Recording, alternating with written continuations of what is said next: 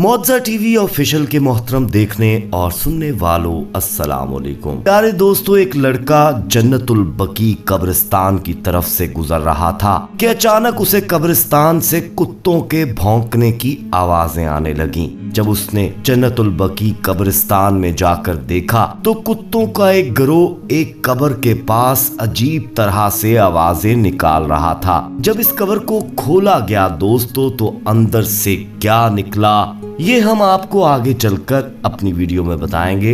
इसलिए आगे बढ़ने से पहले कंफर्म जरूर कर लें कि आपने हमारा चैनल मौजा टीवी ऑफिशियल सब्सक्राइब कर रखा है। नहीं किया तो फौरी सब्सक्राइब करते हुए बेल आइकन को क्लिक कर दीजिएगा ताकि हमारी आने वाली मजीद वीडियोस का नोटिफिकेशन बर वक्त आपको मौसूल होता रहे। तो चलिए बाकायदा आगाज करते हैं आज की वीडियो का। प्यारे दोस्तों, मदीना मुनव्वरा में एक नौजवान एक फैक्ट्री में नौकरी किया करता था। लिहाजा उसका मामूल था कि फैक्ट्री से वापसी पर वो हर रोज शाम को रोजा रसूल सल्लल्लाहु अलैहि वसल्लम पर हाजिरी देता और वहाँ मगरिब की नमाज अदा किया करता था। ये नौजवान किसी भी गाड़ी या सवारी का सहारा नहीं लेता था, बल्कि रोजाना पैदल ही अपने काम पर जाया करता था। और उसका ये कहना था कि रोजाना पैदल जाने से मेरी वर्जिश भी हो जाती है और मैं अपने आप को फिट महसूस करता हूँ। और वो रोज रोजा रसूल सल्लल्लाहु अलैहि वसल्लम पर हाजिरी के बाद खुद को तरोताजा महसूस करता था। वापसी पर वो जन्नतुल बकी की तरफ से घर को जाया करता था, इसलिए ये रोज वहाँ से गुजरते हुए कब्र वालों को सलाम किया करता था और उनके लिए दुआए मगफरत भी किया करता था। लेकिन दोस्तों, पिछले तकरीबन 3 दिन से उसके सामने एक अजीबो गरीब वाकया पेश आ रहा था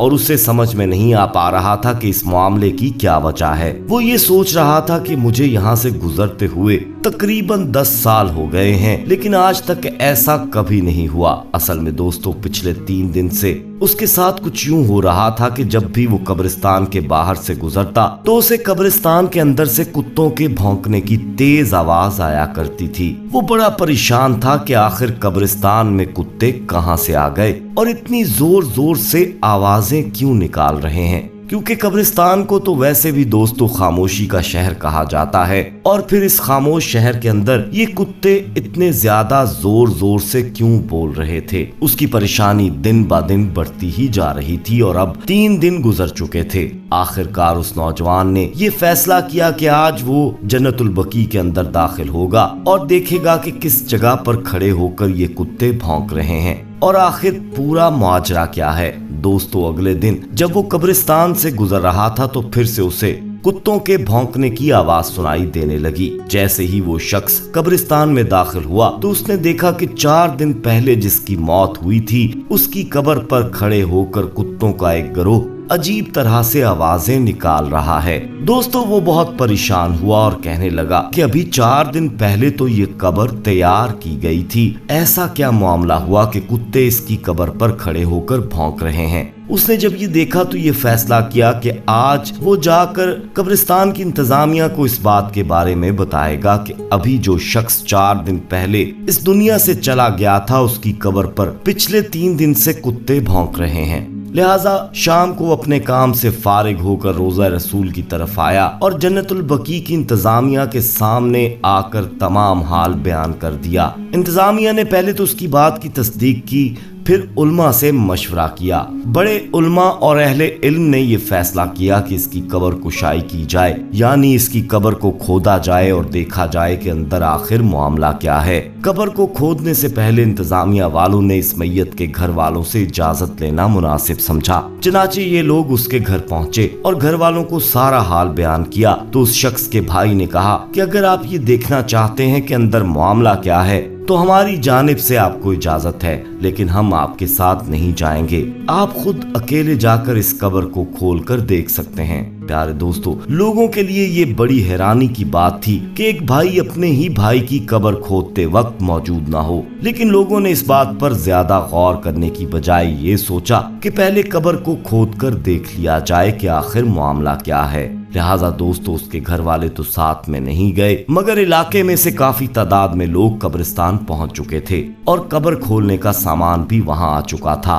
और जब उस कब्र को खोलने का अमल शुरू किया गया तो वो कुत्ते जो पिछले कुछ दिनों से उस कब्र पर खड़े होकर अजीब आवाजें निकाल रहे थे वो भी मौजूद थे और कब्र के आसपास मंडलाते रहे और इलाके वालों को देखते रहे। दोस्तों, जैसे ही कब्र को खोला गया एक ऐसा खौफनाक मंजर सामने आ गया कि जिसने सबके होश उड़ाकर रख दिए, क्योंकि जैसे ही कब्र की मिट्टी को हटाया गया और मिट्टी के नीचे से तख्ते हटाए गए तो देखा कि इस कब्र के मुर्दे को जानवर बुरी तरह से खा रहे हैं। ये मंजर देखकर लोगों की चीखें निकल गईं और वो फौरन उसकी कब्र को बंद करके घर की तरफ आने लगे, क्योंकि उस मुर्दे को इतनी बुरी तरह खाया जा रहा था कि जो वहां मौजूद थे उन पर कपकपी तारी हो गई और उन्होंने इसी में अपनी भलाई समझी कि इसकी कब्र से जितना दूर हो सके उतना दूर रहना चाहिए। लेकिन दोस्तों, सवाल ये उठता है कि आखिर उसका वो कौन सा गुनाह था जिसकी वजह से उसकी कब्र में इतना खौफनाक अजाब हो रहा था। प्यारे दोस्तों, ये बात जानने के लिए दोबारा इलाके वाले इकट्ठे हुए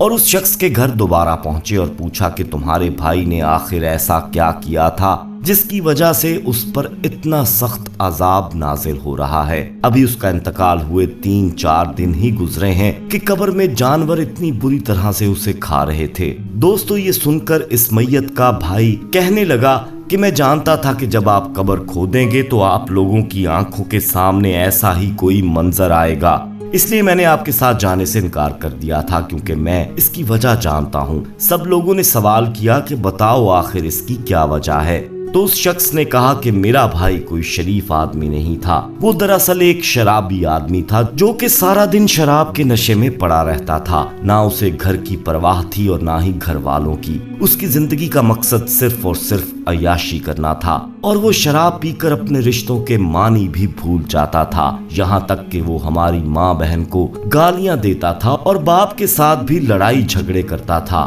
और जब उसे शराब पीने के लिए पैसे नहीं मिलते थे तो वो ऐसे ऐसे बदतरीन गुनाह करता था जिसके बारे में मैं आपके सामने बयान भी नहीं कर सकता।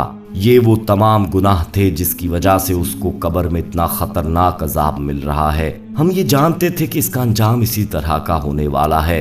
तो दोस्तों, ये हकीकत है कि शराब एक ऐसा नशा है जिसका अंजाम दुनिया में भी बुरा है और आखिरत में भी बुरा है, क्योंकि अल्लाह ताला ने उसे सख्त नापसंद फरमाया है। कोई भी ऐसा नशा जिसकी वजह से इंसान की अक्ल जायल हो जाए, जिसकी वजह से वो रिश्तों की पहचान भूल जाए, अल्लाह ताला ने उससे मना फरमाया है कि शराब पीने वाला ये नहीं जानता कि वो क्या हरकत कर रहा है। वो अपनी बहन, बीवी या बेटी में कोई फर्क नहीं कर सकता। इसीलिए अल्लाह ताला ने दुनिया में भी और आखिरत में भी इसका अजाब बहुत बुरा रखा है।